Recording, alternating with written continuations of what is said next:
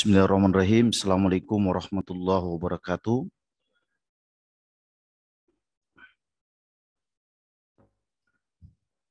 Alhamdulillahirabbil alamin. Wassalatu wassalamu ala Rasulillah wa ala alihi wa sahbihi wa man sara ala nahjihi ila yaumiddin. Rabbi shrah li sadri wa yassir li amri wahlul 'uqdatam min lisani yafqahu qawli, amma ba'du. Bapak Ibu sekalian, jamaah salat subuh Masjid Syuhada yang sama-sama dimuliakan Allah Subhanahu wa taala. Pertama-tama kita harus bersyukur ya atas nikmat iman, Islam, dan juga kesehatan yang diberikan kepada kita. Walaupun hari-hari ini banyak di antara kita yang tidak sehat ya. Yang mudah-mudahan Allah memberikan kesehatan. Dan semoga sholat subuh kita pada hari ini menjadi salah satu bagian kebaikan yang akan dicatat oleh Allah Subhanahu wa taala. Bapak dan Ibu sekalian yang dimuliakan Allah, pada Sabtu subuh pada hari ini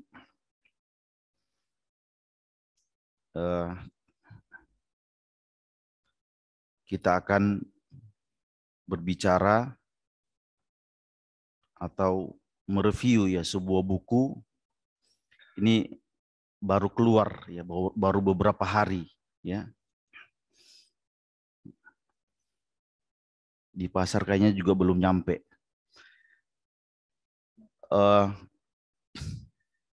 Sebuah buku yang judul aslinya itu adalah Sittuna Sunnah Sunnah Rabbaniyah wa Bisyara Ilahiyah. 60 sunnah Rabbaniyah dan berita gembira dari Allah Subhanahu wa taala. Ya Nabi Ur-Raja, sumber-sumber pengharapan ya. Tapi oleh Pustaka Al-Kautsar dikasih judul Kita Pasti Menang. Ya. Kenapa kita pasti menang? Karena buku ini berisi sekitar 60 pernyataan Allah maupun hadis Nabi Shallallahu Alaihi Wasallam yang berbicara tentang motivasi ya kepada orang-orang Islam supaya bangga menjadi orang Islam, dan pada akhirnya nanti Allah Subhanahu wa taala di ujung waktu akan memberikan kemenangan kepada Islam. Ya. Allah Subhanahu wa taala berfirman, di sini ada satu ayat yang dimuat di cover buku ini. Firman Allah dalam surat Ar-Rum, wa kana haqqan alaina nasrul mu'minin. Adalah kewajiban kami Allah untuk memenangkan orang-orang beriman. Buku ini Bapak dan Ibu sekalian ditulis oleh salah seorang ulama Mesir yang bernama Dr. Khalid Abu Shadhi. Dia ini seorang motivator ya sebenarnya. Tapi dalam waktu bersamaan dia juga soidali. Soidali itu farmasi ya, apoteker ya. Dia seorang dokter. Berhenti di sini sebentar ya. Banyak ulama-ulama kita itu, kalau kita baca buku-buku mereka, di samping mereka rajin nulis buku-buku keislaman, profesi mereka juga bukan seorang ustadz atau ulama. Ya. Mereka seorang pedagang, mereka seorang dokter ya. Ada seorang sejarawan besar di Mesir, namanya doktor sekaligus dokter ya, Ar-Raghib As-Sirjani. dulu pernah kami undang ke Indonesia untuk mengikuti pameran buku Islamic Book Fair ya. Dia seorang pakar sejarah, banyak buku-buku sejarah yang dia tulis. Ya. Tapi banyak yang tidak tahu dia adalah seorang dokter. Ya, seorang dokter. Jauh sebelumnya ada Imam Abu Hanifah, seorang ulama besar, pemilik mazhab Hanafi. Ya. Dia seorang ulama besar, tapi jarang yang tahu dia seorang pedagang besar. Seorang ulama yang pedagang biasanya kalau nulis buku itu sentuhan dagangnya kuat. Ya, beberapa tahun yang lalu saya ikut pameran di Mesir, ya. Di Mesir, saya lihat berkunjung ke sebuah stan milik Syekh Dr. Abdus Salam Bali. Kalau Bapak tahu, Syekh Abdus Salam Bali ini buku-bukunya di Indonesia menyebar tentang jin dan syaitan. Ahli ruqyah di Mesir, sangat terkenal.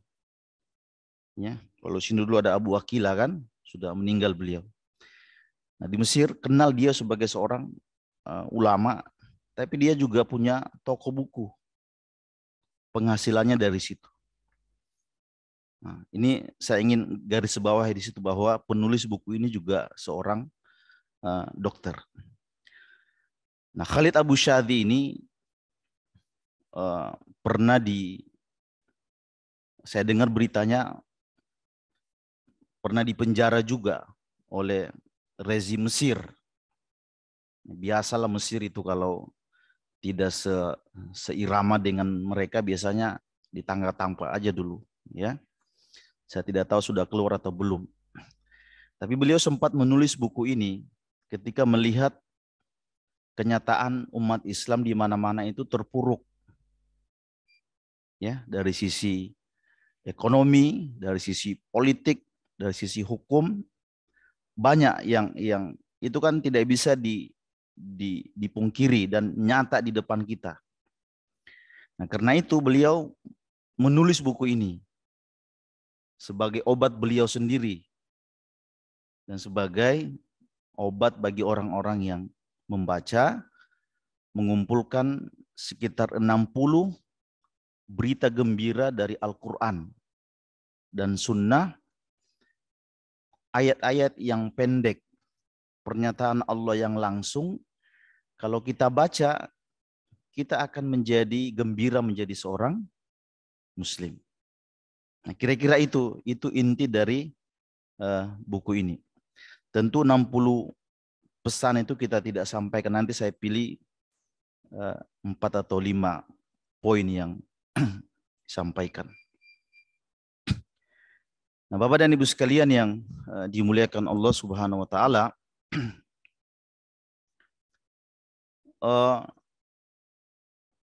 ya minimal ini perasaan saya, kalau kita tidak satu perasaannya. Kita bahwa kita merasa terpuruk sebagai umat Islam, gitu ya. Tapi banyak orang yang dalam keadaan seperti ini tuh merasa kalah. Merasa kalah. Apa yang menyebabkan ada perasaan berkalah, ada perasaan kalah? Minimal ada 3 hal yang disebutkan. Yang pertama, sudut pandang dalam hal memaknai hakikat kemenangan. Ya. Hakikat kemenangan dalam Islam itu, Bapak dan Ibu sekalian, boleh jadi kita ini dianggap kalah oleh banyak orang. Tapi sesungguhnya kita sebenarnya sedang menang. Kita hanya melihat kemenangan itu hanya dari sisi permukaan. Tapi tidak melihat lebih dalam. Ya. Ada satu ayat yang menarik ya di dalam surat Al-Imran 185. Allah Subhanahu wa taala berfirman, saya bacakan lengkapnya supaya kullu nafsin dha'iqatul maut.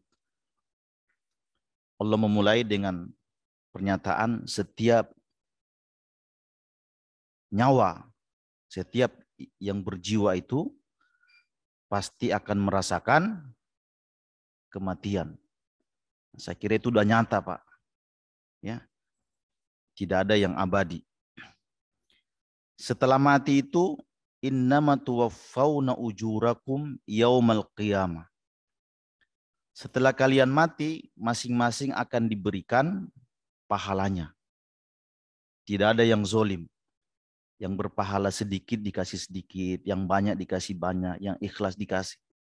Ya, semua akan dipenuhi. Ya. Setelah itu Allah berkata begini, faman zuhziha anin nar. Barang siapa yang dijauhkan dari api neraka, wa udkhilal jannata, dan dia dimasukkan ke surga, ya, dijauhkan dia dari neraka, dimasukkan ke surga, faqad faz, orang itu telah menang.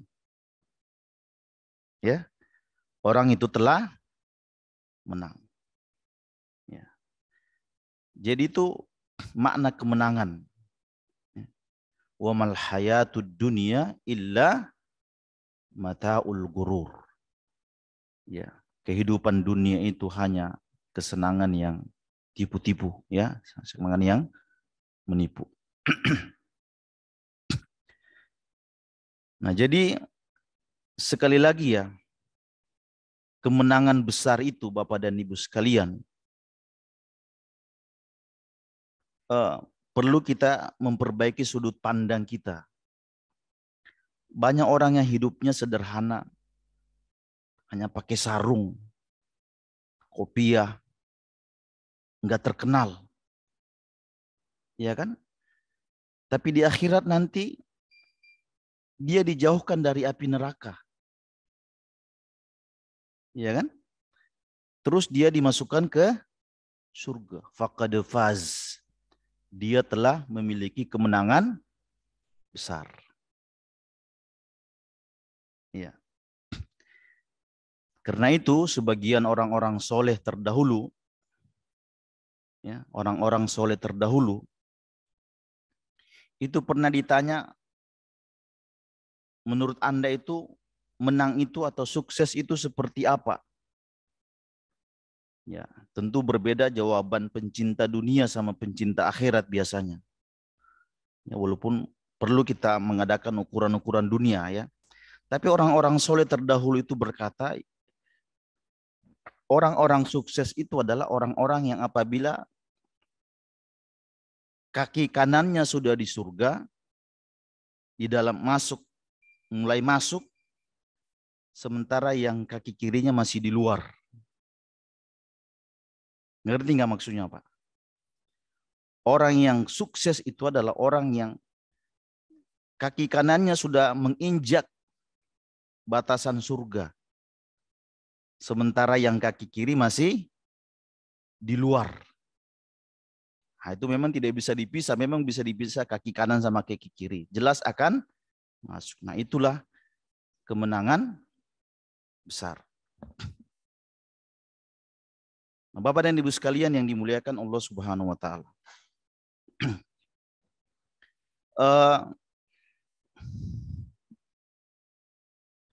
Jadi kalau sudah begitu ceritanya, jangan merasa kalah. Jangan merasa kalah. Saya kira perlu kita butuh kata-kata yang seperti ini. Ya, pada adang gini sederhana kan? Ya, tapi mudah-mudahan masuk bagian dari ayat itu. Itu yang pertama. Yang kedua, kenapa kita merasa kalah? Ya. Karena biasanya kita tidak terlalu memahami tentang karakter kehidupan seorang muslim. Ya. Orang-orang dunia mengatakan kalau kita hidup di dunia itu ya maunya bahagia terus. Tidak ada masalah. Ya kan? Padahal dunia itu bukan begitu sifatnya. Selama kita masih hidup di dunia, artinya ya kita harus dikasih ujian. Jangan kita menganggap kalau hidup di dunia itu nggak ada masalah. Mustahil, ya kan? Kita sudah punya anak, merasa bahagia, tahu sakit, ya kan? Sudah sehat, yang lain lagi yang bermasalah. Sudah terkumpulkan ininya, terbakar dan seterusnya. Jadi tidak pernah selesai. Itu dunia begitu. Nah, kalau kita menganggap dunia sesuatu yang stabil, kita salah di dalam menilai dunia. Ya. Karena itu, saya kira ini ayat Al-Quran ya. Allah berfirman, liyabluwakum ayyukum ahsanu amala. Dia yang menciptakan kehidupan dan kematian supaya menguji kalian untuk mengeluarkan siapa yang terbaik amalnya. Bapak dan Ibu sekalian yang dimuliakan Allah Subhanahu wa taala, di dalam buku ini ada satu riwayat yang menarik ya. Tentang kisah Imam Ahmad bin Hambal. Imam Ahmad bin Hambal ini Bapak dan Ibu sekalian salah satu ulama pemilik mazhab ya, yang keempat, Imam Ahmad bin Hambal. Salah satu peristiwa besar yang tidak pernah dilupakan oleh pembaca sejarah tentang Ahmad bin Hambal ini adalah beliau pernah dipenjara oleh ulama, oleh penguasa yang hidup saat itu, yang berkuasa saat itu. Namanya Khalifah Al-Mu'tasim Billah, anak dari Harun Ar-Rasyid. Kenapa dia dipenjara? Karena orang-orang Mu'tazilah ya, yang yang mengandalkan akal ya, itu berbisik kepada Khalifah Al-Mu'tasim bahwa Al-Quran itu adalah makhluk, bukan kalam Allah. Ya, itu dibisikin kepada penguasa. Akhirnya penguasa saat itu menerima ide itu. Kita harus sebarkan ke seluruh negeri bahwa Al-Quran itu adalah makhluk, bukan kalamullah. Nah, satu-satunya ulama yang menolak itu adalah Imam Ahmad bin Hambal. Dia mengatakan tidak. Berdasarkan ayat Al-Quran dan hadis bahwa Al-Quran itu adalah kalamullah. Singkat cerita Bapak dan Ibu sekalian, dia dipenjara. Ya. Dia dipenjara. Nah, saat di penjara itu ada sahabat dia yang berkata begini. Ini disebutkan dalam Syiar A'lam An-Nubala ya, sebuah kitab sejarah yang sangat lengkap ya. Ya Aba Abdillah, wahai Abu Abdillah, maksudnya Imam Ahmad bin Hambal. Karena anaknya namanya Abdullah, dipanggil bapaknya Abdullah gitu ya. Ala tarol haqqa kaifa zahra alaihi al-batil. Apakah dengan keadaan seperti ini engkau dipenjara? Umat Islam juga terpuruk. Ya. Itu artinya kita sudah kalah. itu artinya kita sudah kalah. Kata Imam Ibn Ahmad, ya. Kalla inna zuhural batili alal haqqi an tantakilal qulub minal huda ila dhalala. Ya.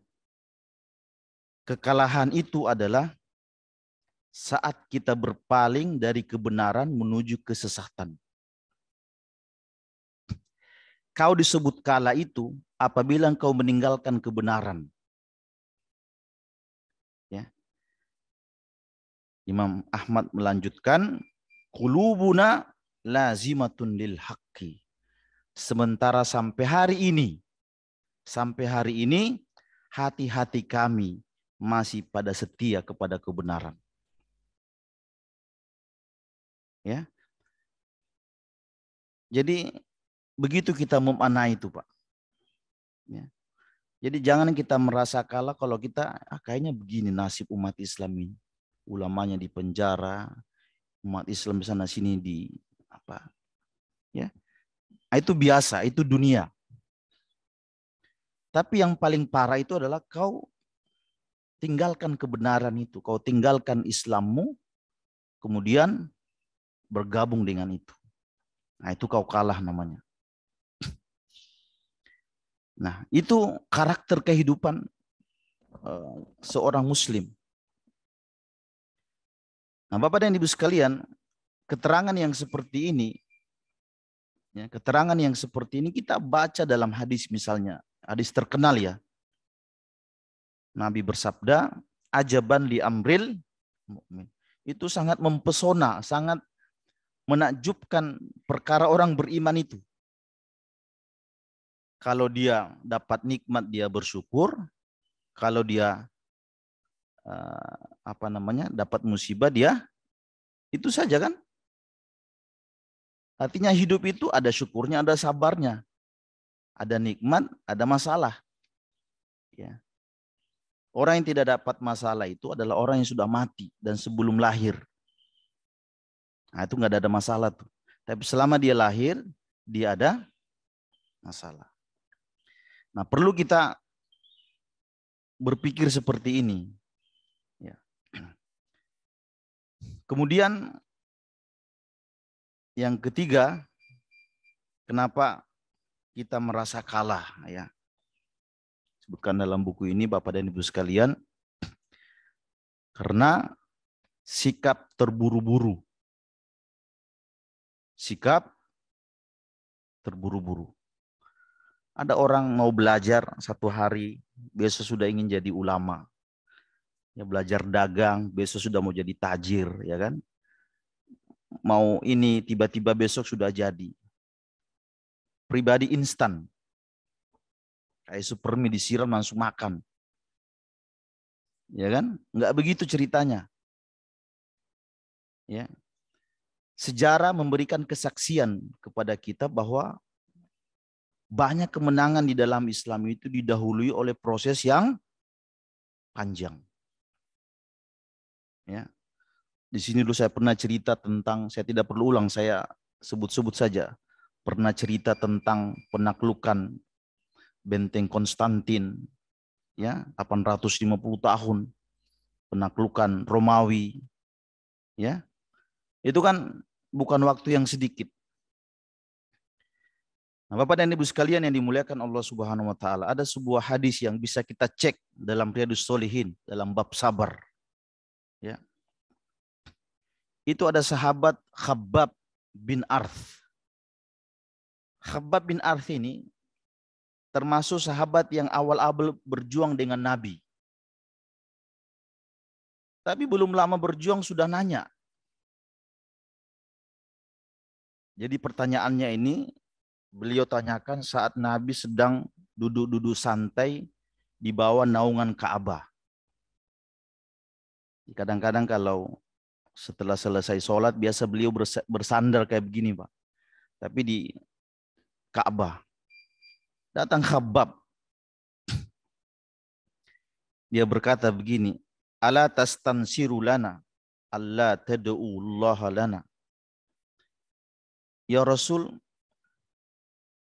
bolehkah engkau menjadikan kita menang?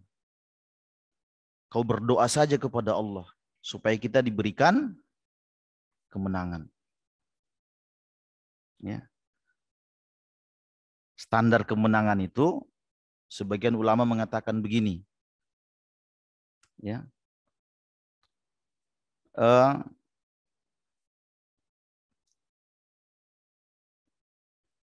Dakwah itu sudah menyebar kemana-mana. Yang kedua, musuh-musuh sudah pada kalah.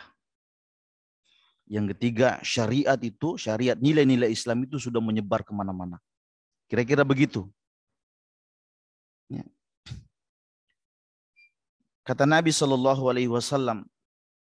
ini Nabi cerdas ya, ketika dia ditanya dia tidak langsung iya atau tidak, tapi dia mulai menjelaskan.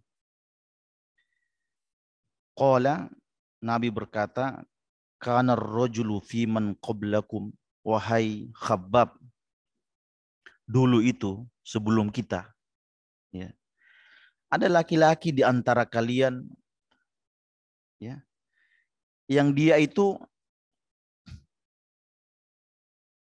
tanah digali, kemudian dia diceburkan ke situ. Ada orang kayak begitu. Ya.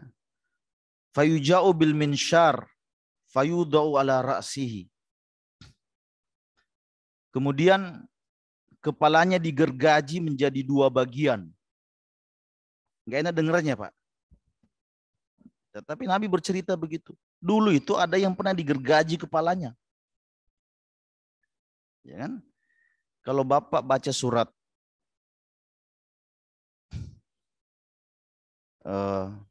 dalam juz amma apa namanya? Wa ma naqamu minhum illa an yu'minu billahil azizil hamid. Kan?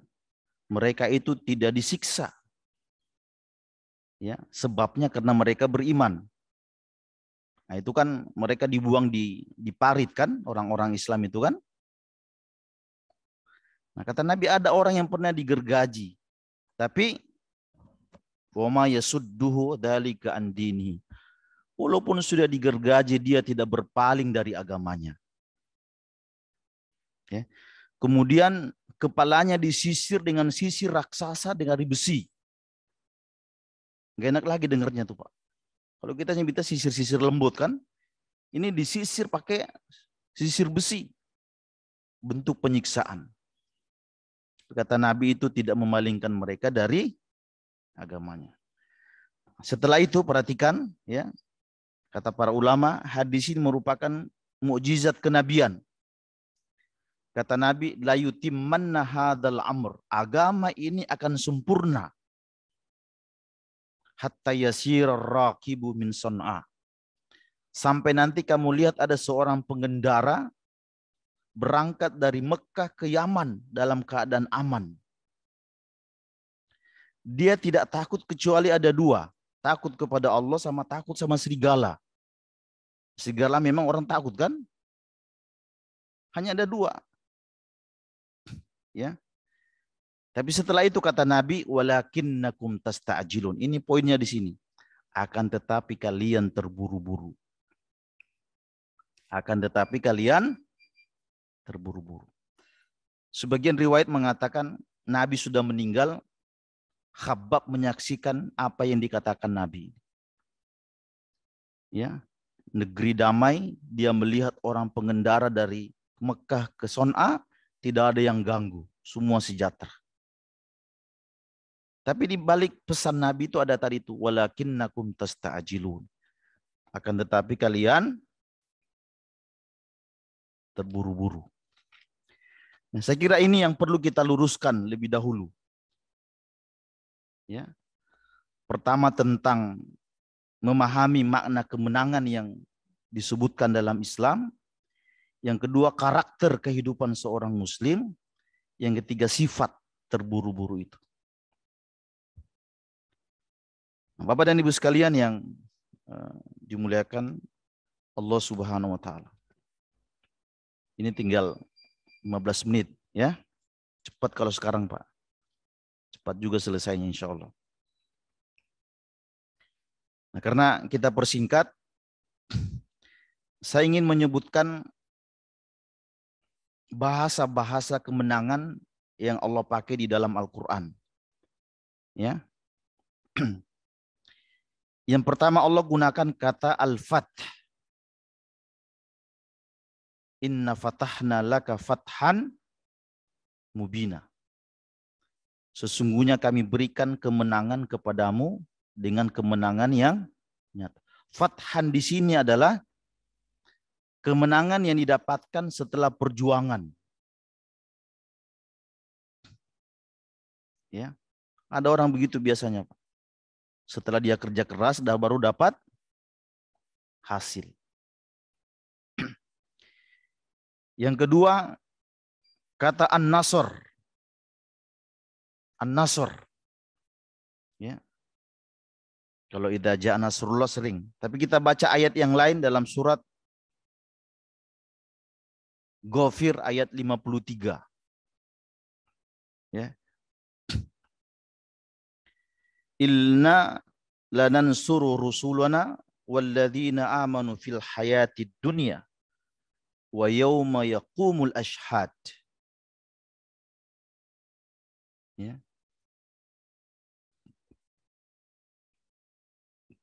Sesungguhnya kami Allah pasti akan memenangkan rasul-rasul kami dan orang-orang beriman fil hayatid dunia, dalam kehidupan dunia.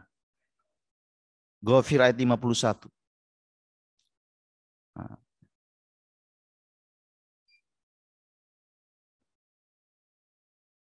Al-Mu'min itu Ghafir ya, betul.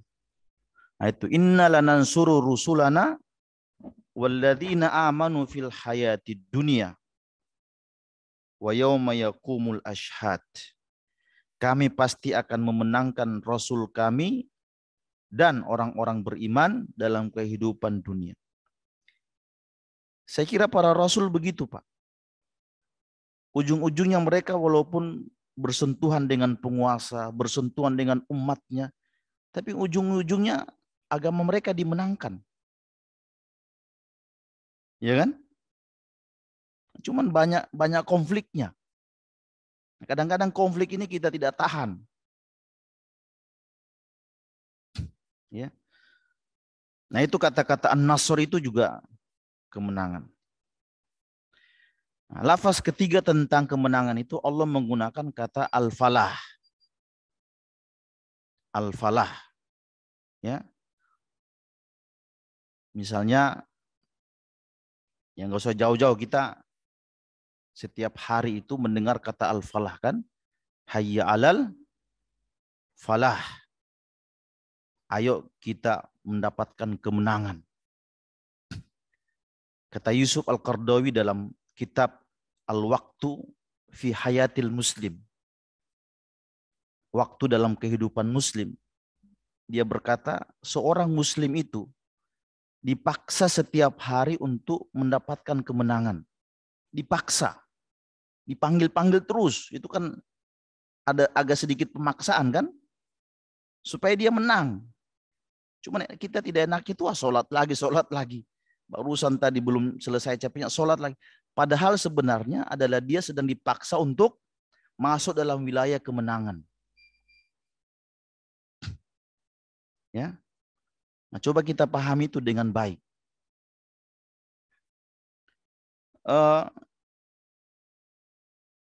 Allah berfirman, qad aflahal mu'minun. Telah beruntung orang-orang beriman. Nah, beruntung di situ banyak, Pak. Ya, orang yang khusyuk dalam sholatnya, ya kan, orang yang tidak meninggalkan sholat, orang yang, ya kan. Nah, saya kira kalau cari di Masjid Syuhada ini udah banyak orangnya nih, yang menang gaya-gaya begini nih kan. Ya nggak, Pak? Nah, karena itu bersyukurlah kita, ya mudah-mudahan termasuk orang yang al-muflihun tadi itu. Ya. Itu istilah ketiga tentang al-falah ya. Yang berikutnya adalah Allah menggunakan kata at-tamkin. Ya, kata tamkin dalam Al-Qur'an itu berarti menang. Ya.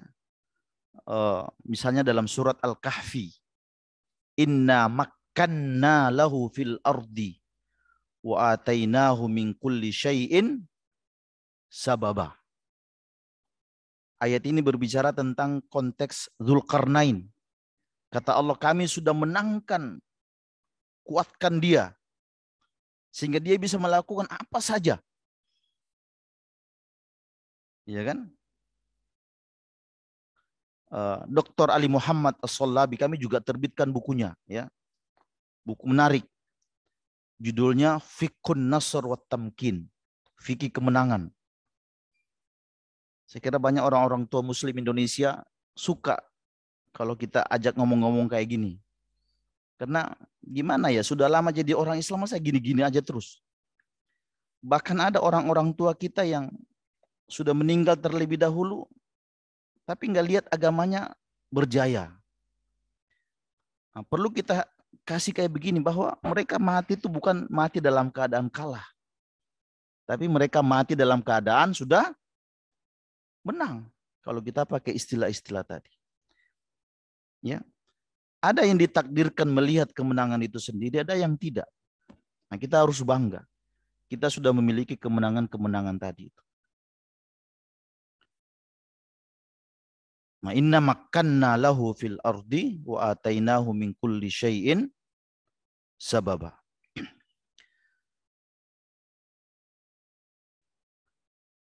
Yang berikutnya Allah menggunakan kata al-fauz. Faza yafuzu fauzan, ya kan? Seperti ayat yang kita baca di ayat pertama tadi itu. Faman zuhziha 'anil nar wa udkhilal jannata faqad faz. Siapa yang dijauhkan dari api neraka, dimasukkan ke surga, itu dia sudah menang. Allah berfirman dalam surat An-Naba, ya, inna lil muttaqina mafaza, mafaz. Ya, kalau kasih toko namanya kasih mafaz. Sesungguhnya orang-orang beriman itu pasti mendapatkan mafaza. Dari kata fauz, kemenangan. Nah, sebaliknya kalau kita lihat orang-orang rugi itu, Pak, di dalam Al-Quran banyak juga.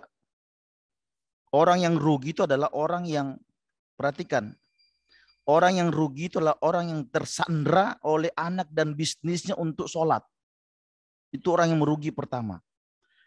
Orang yang merugi itu adalah orang yang tersandra oleh anak dan bisnisnya untuk mengingat kepada Allah. Mana ayatnya? La tulhikum amwalakum wala auladukum an zikrillah wa man yaf'al dzalika faulaika humul khasirun.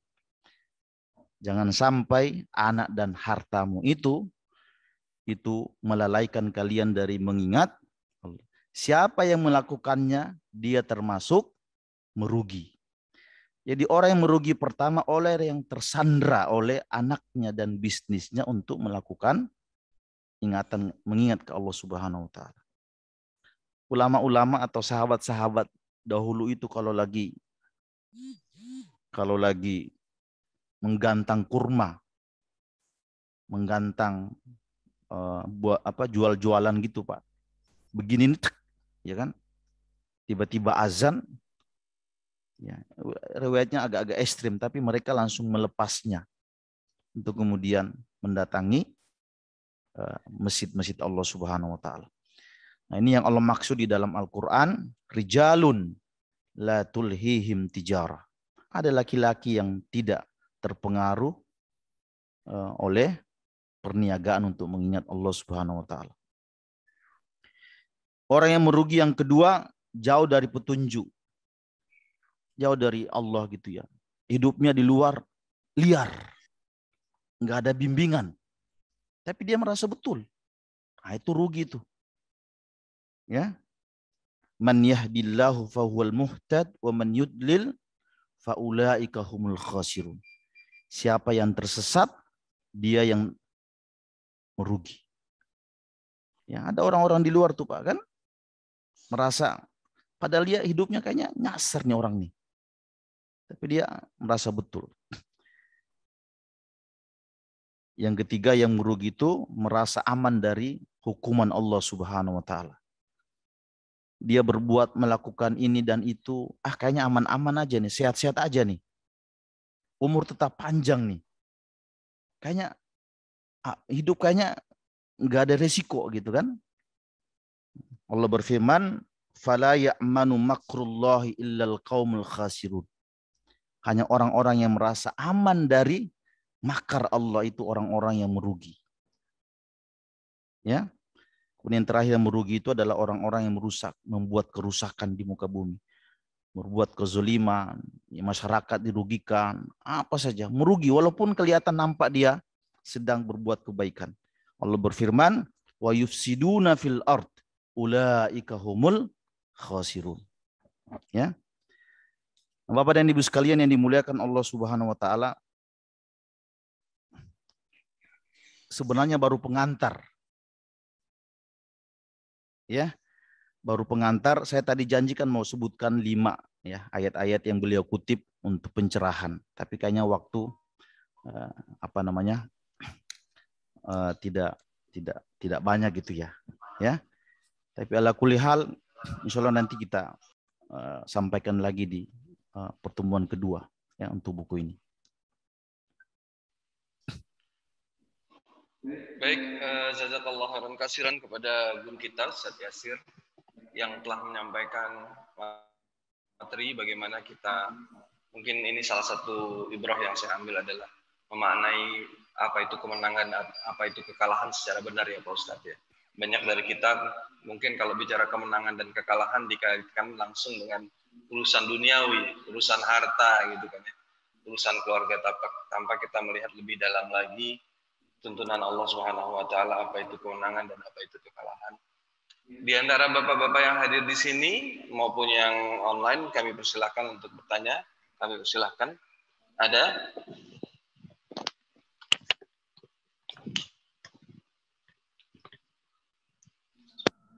Assalamualaikum warahmatullahi wabarakatuh.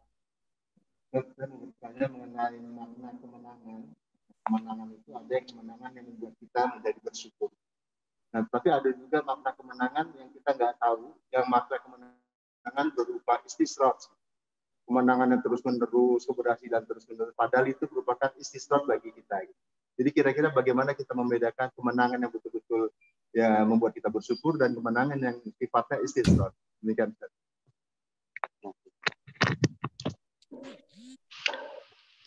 Ya, saya kira menarik pertanyaannya ya. Ya, saya kira kembali lagi kita cara memahami kemenangannya. Kalau kita perhatikan ayat-ayat kemenangan di dalam Al-Quran itu, ya, saya tadi lupa sebutkan, itu selalu dikaitkan dengan keimanan dan amal soleh. Ya, Allah menyebut orang menang itu adalah orang yang melakukan ini, dan ini. Saya kira banyak. Ya. Di dunia memang banyak juga kemenangan ya. Tapi kan orang-orang yang seperti ini Allah menggambarkan begini. Ya'lamuna zahiran minal hayatid dunia. Ada orang-orang yang memandang pendek, memandang di permukaan tentang kehidupan dunia. Dikirain yang namanya sukses itu cuman lahirin anak yang banyak, kumpulin ini dan itu, kemudian dapat followers yang banyak. Setelah itu udah merasa aman dari semuanya. Ya kan? Setelah dikasih musibah dia nggak terima, dia nggak sabar. Ada tipikal orang-orang begitu, Pak. Makanya salah dia dalam bertindak. Nah, lain dengan orang-orang beriman, ya. Kemenangan di dalam Islam itu semakin dia tinggi, semakin dia merunduk.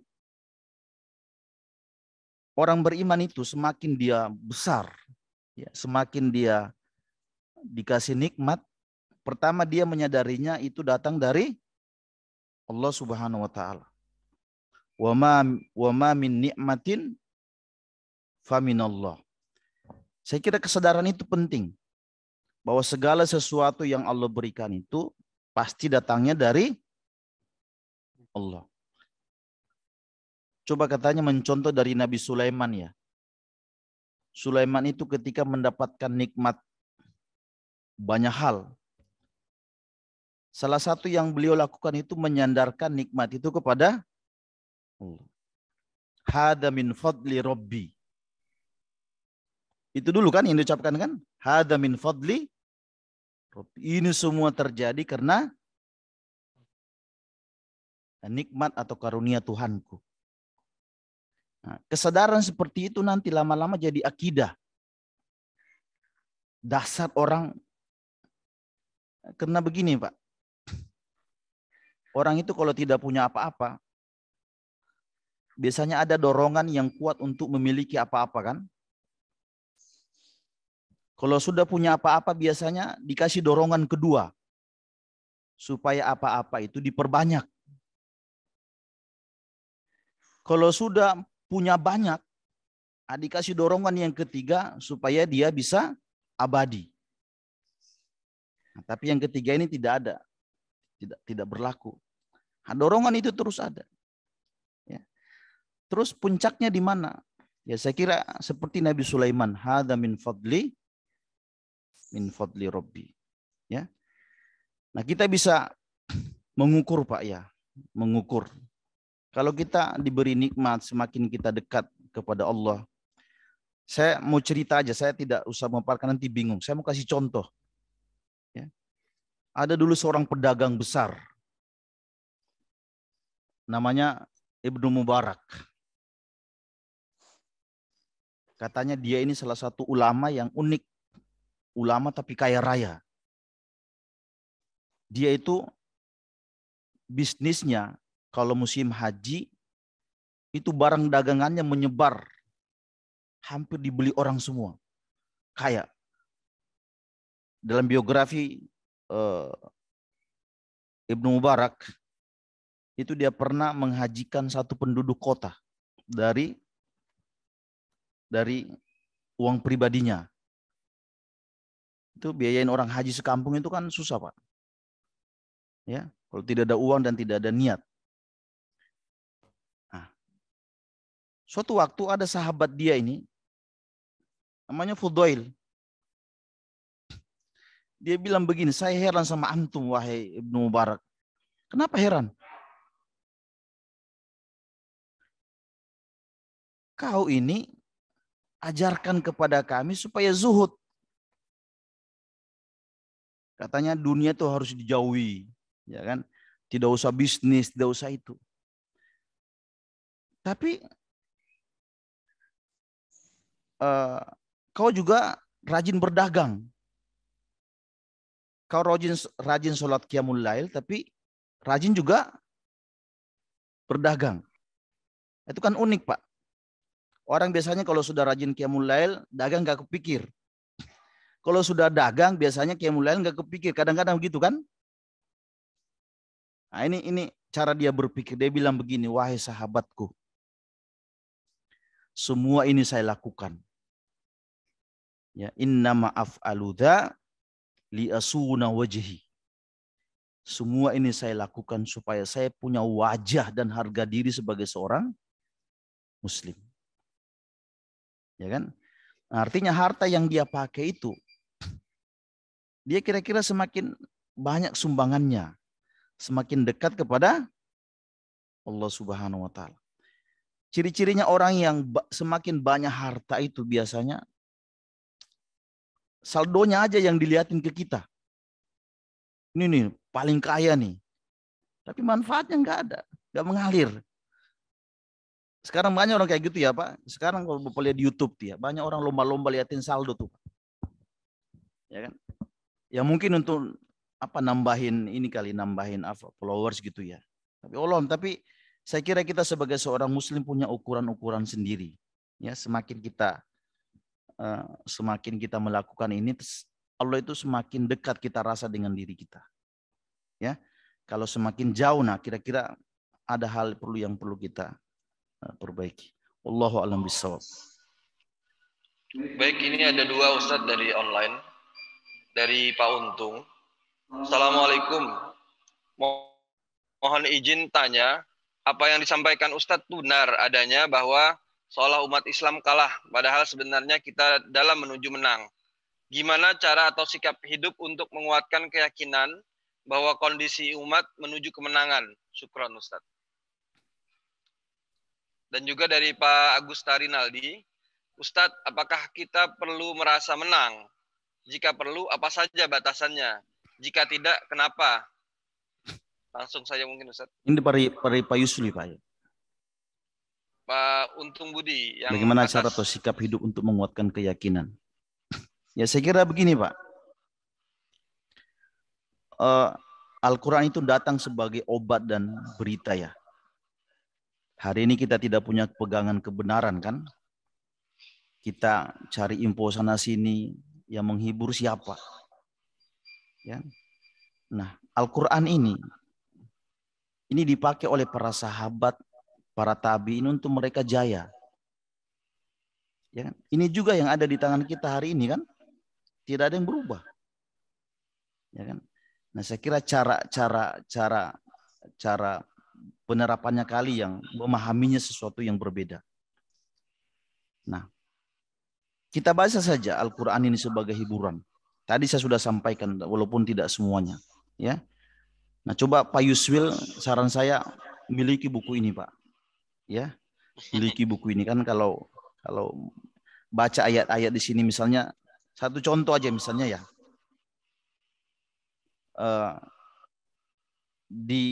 Di bab pertama nih ya, saya kasih contoh Pak. Di bab pertama nih,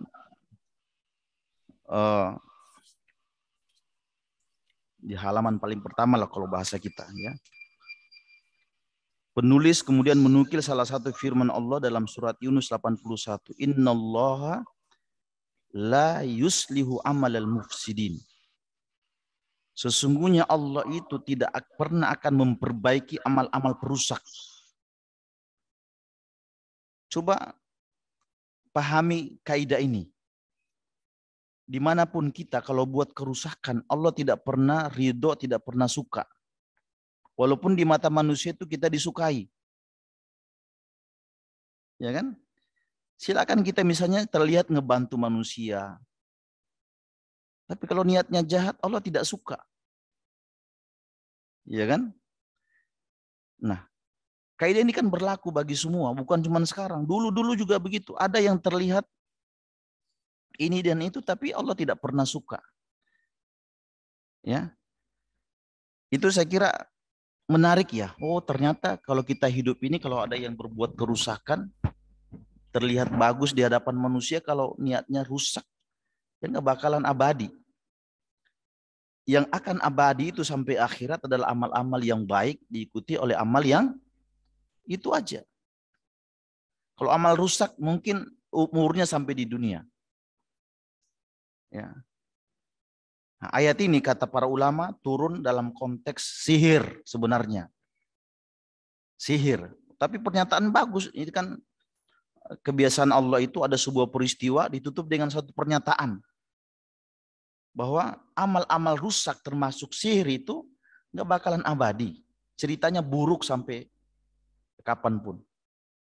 Ya. Yang kedua misalnya Allah berfirman, wa tilkal ayyamu nudawiluha bainan nas. Hari-hari itu kami pelgirikan bagi manusia. Coba perhatikan, oh iya ya. Yang namanya hari itu nggak ada yang stabil kan? Hari ini kita sakit, besok ada sembuh. Hari ini bangkrut, besok kita untung. Tidak ada begitu Pak. Jadi yakinlah bahwa tidak ada satu masa itu dikuasai oleh satu penguasa, satu peradaban, ya, satu orang. ini yang kira-kira membuat kita terhibur jadi orang-orang beriman. Nah, kira-kira begitu, Pak, ya.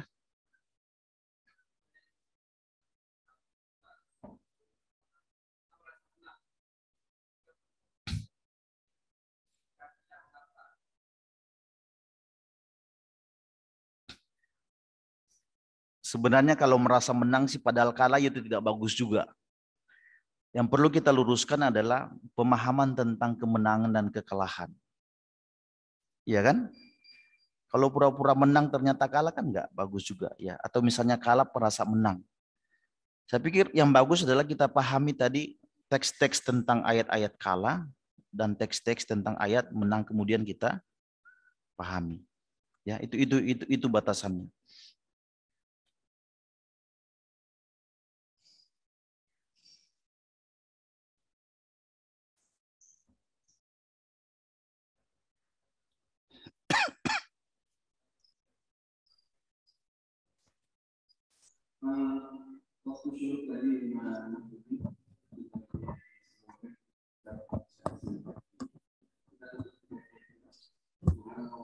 Wa bihamdika asyhadu an la ilaha illa anta astaghfiruka wa atubu ilaik.